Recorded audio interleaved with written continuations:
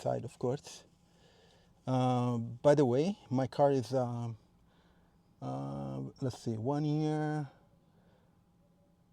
and 4 months, so 16 months, 16, 17 months. So they're not that bad, but you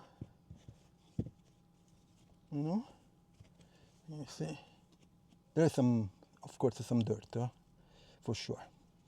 Okay, so these are the original ones, and we'll remove it, and then let's install the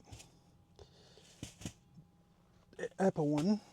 Okay, so let me check something about. So I was just check if I had all the tools to do it. Anyway, so these are the HEPA